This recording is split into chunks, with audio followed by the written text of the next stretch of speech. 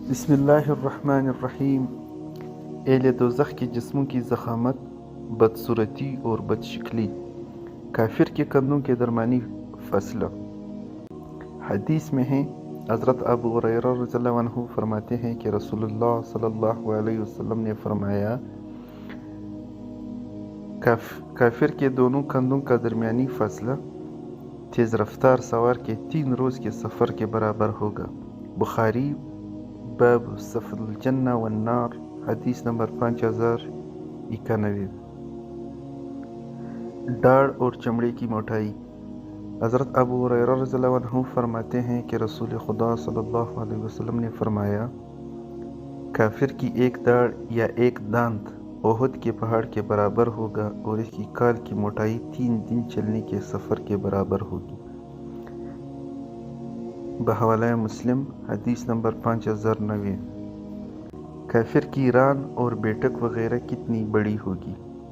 حدیث میں ہے، حضرت ابو ہریرہ رضی اللہ عنہ فرماتے ہیں کہ نبی کریم صلی اللہ علیہ وسلم نے فرمایا، روز قیامت کافر کی داڑھ احد کے پہاڑ کے برابر ہوگی اور اس کی کال کی موٹائی 70 آت ہوگی۔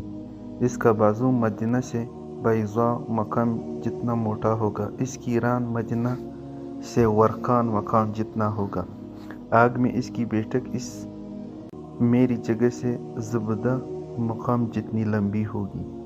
حدیث میں ہے، حضرت ابو ہریرہ رضی اللہ عنہ نے فرمایا کہ رسول اللہ صلی اللہ علیہ وسلم ارشاد فرماتے ہیں، کافر کی ایک داڑھ احد کی پہاڑ کی طرح موٹی اور بڑی ہوگی، اس کی رات بیضاء جتنی موٹی اور بڑی ہوگی، اس کی بیٹک آگ میں قدید اور مکہ مکرمہ کے درمیانی فاصلے کے برابر ہوگی اور اس کی چمڑے کی موٹائی 42 آتوں کے برابر ہوگی، جن کی لمبائی کا علم اللہ تعالیٰ کو ہے۔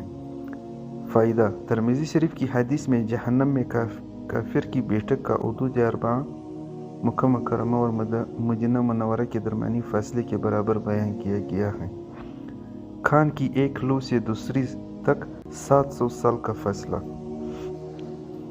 حضرت ابن عمر رضی اللہ عنہ رسول اللہ صلی اللہ علیہ وسلم سے نقل فرماتے ہیں کہ آپ صلی اللہ علیہ وسلم نے ارشاد فرمایا، جہنم میں دوزخیوں کو اتنا موٹا کر دیا جائے گا کہ ان میں سے ہر ایک کافر کی ایک کان کی لو اور اس کے کندھوں کا درمیانی فاصلہ 700 سال چلنے کے برابر ہے۔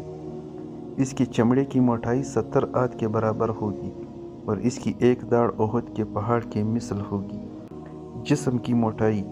حدیث شریف میں ہے، حضرت ابو سعید خدری رضی اللہ عنہ رسول اللہ صلی اللہ علیہ وسلم سے نقل کرتے ہیں کہ آپ صلی اللہ علیہ وسلم نے ارشاد فرمایا، بلا شبہ کافر کے جسم کو اتنا موٹا کر دیا جائے گا کہ اس کی ایک داڑھ احد کے پہاڑ کے برابر ہوگی اور اس کے جسم کی بڑائی اس کی داڑھ پر اس تناسب سے ہوگی جتنا تم میں سے کسی کا جسم اس کی داڑھ کے برابر ہوتا ہے۔ دوسری حدیث میں ہے، حضرت مقدام بن معد یکرب رضی اللہ عنہ فرماتے ہیں کہ نبی کریم صلی اللہ علیہ وسلم نے ارشاد فرمایا، جو لوگ دوزخی ہوں گے انہیں پہاڑوں کی طرح موٹا جسم دیا جائے گا۔ گوشت اور پوست کے درمیان کیڑے کا شور۔ حضرت عمر بن میمون رضی اللہ عنہ فرماتے ہیں کہ کافر کے گوشت اور پوست کے درمیان میں کیڑے کا شور و غل ایسا سنائی دے گا جیسے وحشی جانور کا شور و غوغا سنائی دیتا ہے۔ بحوالہ التخویف، صفحہ نمبر 125۔ 1600 کلومیٹر لمبی زبان جس کو دوسرے دوزخی روندتے ہوں گے۔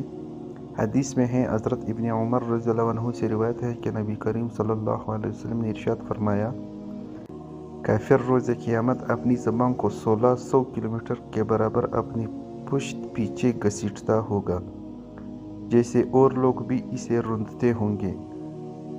الامام ترمذی۔